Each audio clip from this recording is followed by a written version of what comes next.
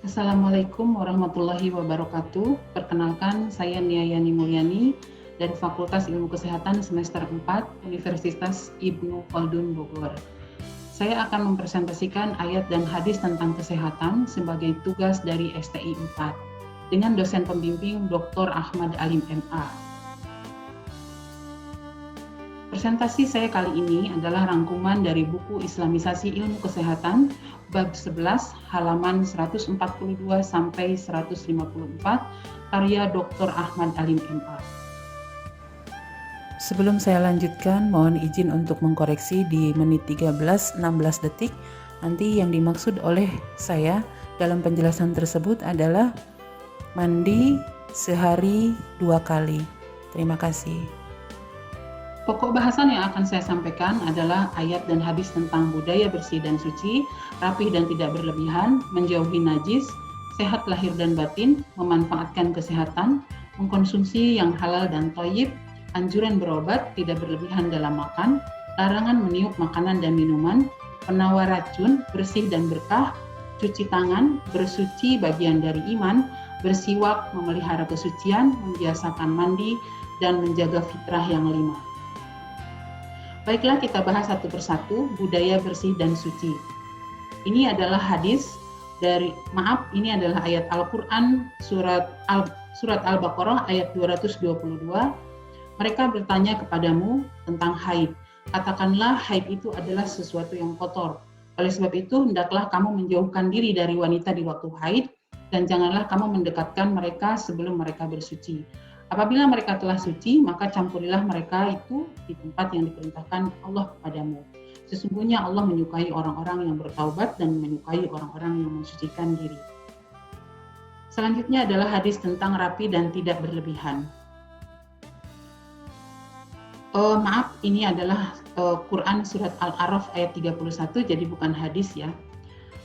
Yang artinya, hai anak Adam, pakailah pakaianmu yang indah di setiap memasuki masjid, makan dan minumlah, dan janganlah berlebih-lebihan. Sesungguhnya Allah tidak menyukai orang-orang yang berlebih-lebihan. Yang selanjutnya adalah tentang menjauhi najis.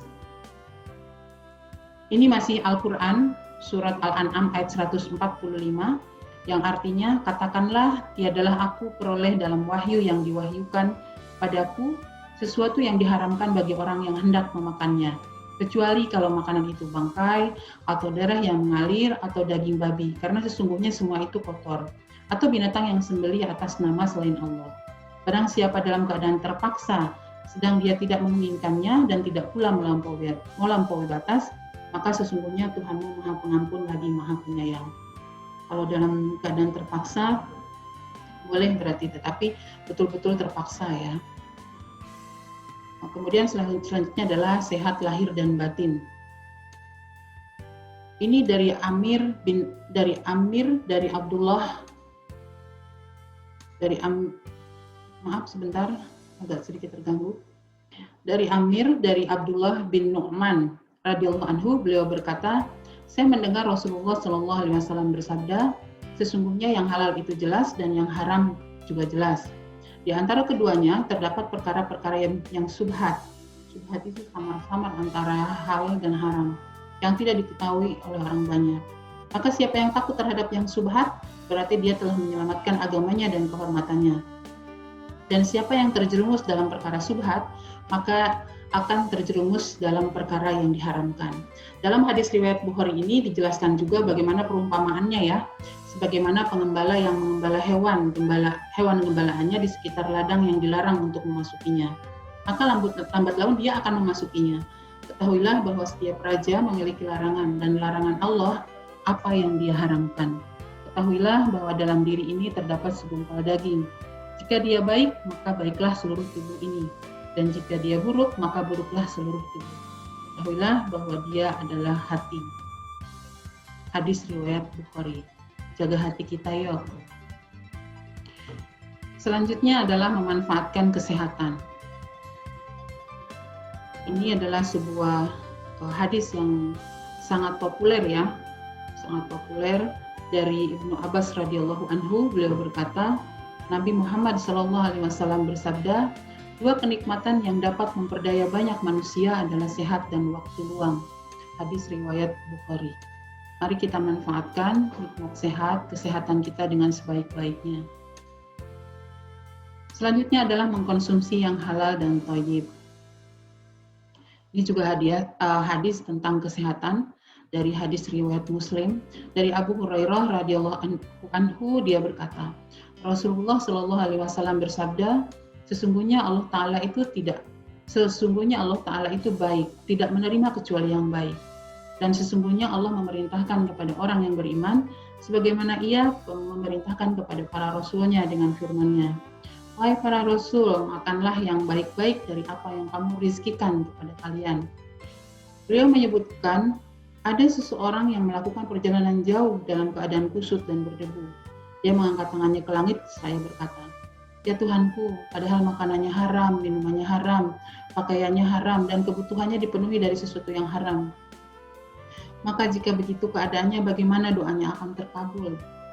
Ya, itu tentang kesehatan yang lainnya. Selanjutnya adalah hadis tentang kesehatan, anjuran berobat. Ini hadis membuat kita menjadi optimis ya, ketika kita sakit, Allah sudah menyediakan penyembuhnya. Hadis riwayat Muslim, setiap penyakit pasti memiliki obat. Bila sebuah obat sesuai dengan penyakitnya, maka dia akan sembuh dengan seizin Allah Subhanahu wa Ta'ala. Jadi kita ikhtiar, Allah yang menyembuhkan. Ya. Selanjutnya hadis tentang anjuran berobat juga ini ada sebuah cerita dari seorang sahabat. Aku pernah berada di samping Rasulullah Shallallahu alaihi wasallam, lalu datanglah serombongan Arab dusun. Mereka bertanya, wahai Rasulullah, bolehkah kami berobat? Beliau menjawab, iya wahai para hamba Allah, berobatlah. Sebab Allah Subhanahu wa Ta'ala tidaklah meletakkan sebuah penyakit, melainkan meletakkan pula obatnya, kecuali satu penyakit. Mereka bertanya, penyakit apa itu wahai Rasulullah? Beliau menjawab, penyakit tua. Jadi hanya satu sebetulnya sakit yang tidak bisa diobati, yaitu penyakit tua. Hadis riwayat Ahmad. Selanjutnya adalah tidak berlebihan dalam makan. Jadi kadang kita tuh makan, mulut masih mau ngunyah, perut udah kenyang juga terus aja makan gitu ya. Padahal di sini dalam hadis ini Rasulullah menjelaskan, dalam hadis riwayat Tirmizi itu Rasulullah menjelaskan bahwa isi dari perut itu sepertiganya diisi untuk makanan, sepertiganya untuk minuman, dan sepertiganya lagi untuk bernafas. Jadi jangan sampai kita berlebih-lebihan, cukup saja makan itu beberapa suapan sampai kita memiliki tenaga. Jangan sampai kita tidak bisa bangun gitu kalau makan. Selanjutnya adalah larangan meniup makanan atau minuman. Dari sisi kesehatan, meniup makanan dan minuman itu, apalagi yang panas ya, itu dari mulut kita mengeluarkan karbon dioksida. Jadi khawatir terkonsumsi gitu ya dari mulut kita ke makanan dan minuman itu. Dalam hadisnya sendiri dari Ibnu Abbas ya, bahwa Rasulullah Shallallahu alaihi wasallam telah melarang bernafas di dalam bejana atau melarang untuk meniup padanya. Yang dingin aja tidak boleh ya, apalagi yang panas. Yang panas juga dilarang untuk ditiup-tiup, kadang kita tidak sadar ya. Padahal orang tua kita dulu sudah mencontohkan ya, kalau panas itu kita dituang-tuangkan di beberapa gelas atau dikipasi gitu ya. Sekarang kadang orang pengen cepet dingin gitu. Nah, kemudian penawar racun. Ini penawar racun itu adalah hadis yang sangat populer dan masih ada yang memperdebatkan gitu terkait hadis ini. Padahal ini hadis sahih tentang lalat ya. Jadi dalam seekor lalat itu ada sebelah sayapnya itu penyakit, sebelah sayapnya itu adalah obat penawarnya. Maka kalau ada lalat masuk ke dalam minuman, celupkan saja. Kemudian diangkat lagi. Jadi jangan dicelupkan terus ikut diminum, tapi dicelupkan terus diangkat lagi. Ini dari hadis riwayat Abu Dawud. Nah, kemudian selanjutnya bersih dan berkah. Hadisnya dari Ibnu Abbas bahwa Nabi Muhammad SAW bersabda, apabila salah seorang di antara kamu makan makanan, janganlah dia mengelap tangannya hingga janganlah ia mengelap tangannya hingga menjilatinya atau meminta orang menjilatinya. Dan janganlah dia mengangkat piringnya hingga menjilatinya atau meminta orang untuk menjilatinya. Karena pada makanan terakhir terdapat barokah, hadis riwayat Bukhari. Mungkin kalau sekarang kita menjilati piring kayaknya gimana gitu ya, apalagi di depan orang lain gitu, sepertinya jijik gitu. Nah, cukup kita menjilat jari jemari kita agar menjadi bersih, kemudian cuci tangan gitu. Agar tidak tertinggal berkahnya tentunya di piringnya jangan sampai tertinggal makanan yang tersisa. Selanjutnya adalah tentang cuci tangan. Di sini Rasulullah Shallallahu Alaihi Wasallam menyampaikan bahwa barang siapa tertidur dan di tangannya terdapat lemak atau kotoran bekas makanan dan dia belum mencucinya lalu dia tertimpa oleh sesuatu, maka janganlah dia mencela melainkan dirinya sendiri, dari hadis riwayat Abu Daud. Nah, kemudian selanjutnya adalah bersuci bagian daripada iman. Hadis ini disampaikan dari Abi Malik Al-Haris bin Hashim Al-Ash'ari radhiyallahu anhu yang berkata bahwa Rasulullah Shallallahu Alaihi Wasallam menyampaikan tentang kebersihan itu sebagian dari iman. Alhamdulillah memenuhi memberatkan timbangan. Subhanallah dan Alhamdulillah keduanya memenuhi ruang yang ada di langit dan di bumi.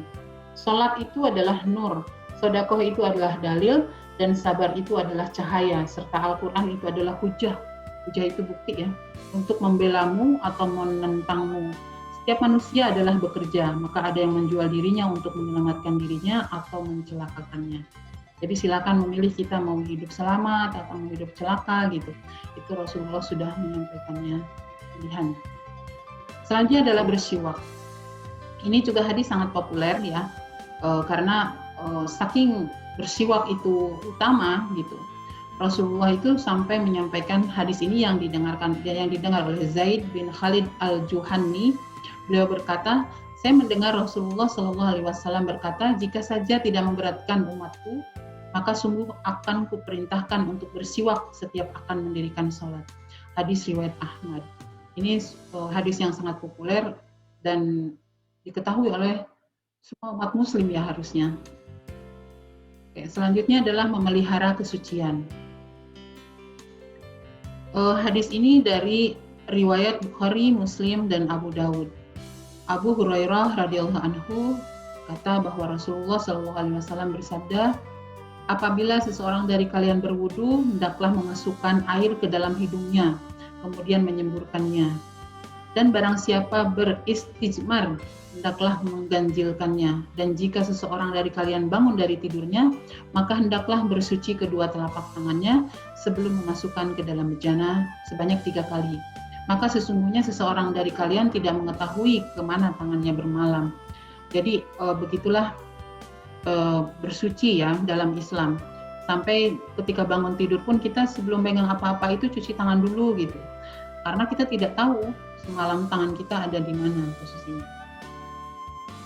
Nah, kemudian membiasakan mandi. Membiasakan mandi kita minimal 2 hari sekali ya. Ini hadisnya dari Abu Hurairah, Nabi bersabda, haknya Allah atas setiap muslim adalah mandi di setiap 7 hari, yaitu memandikan kepala dan jasadnya. Jadi mandi di sini 1 harinya mau berapa kali terserah, tapi yang jelas setiap hari harus mandi. Hadis riwayat Muslim. Nah, selanjutnya adalah menjaga fitrah yang 5. Ini dalam sebuah hadis disampaikan bahwa fitrah manusia itu ada 5, yaitu khitan, mencukur bulu kemaluan, memotong kuku, mencabut bulu ketiak, dan mencukur kumis. Ini 5 fitrah dari manusia. Kemudian di sini tentang hadis tentang berkhitan ya, dari hadis riwayat Ahmad. Alqi'anka sya'ral kufri wahtatin. Buanglah darimu rambut kekufuran dan berkhitanlah. Ya, rata-rata sekarang orang non-muslim pun sekarang sudah mulai berkhitan ya, karena mereka alasannya untuk kesehatan. Kalau kita memang wajib dalam Islam. Nah, kemudian hadis selanjutnya tentang fitrah tadi. yaitu Nabi Shallallahu Alaihi Wasallam telah menetapkan waktu bagi kami dalam mencukur kumis, memotong kuku, mencabut bulu ketiak, dan mencukur bulu kemaluan, yaitu agar kami tak membiarkannya lebih dari 40 malam.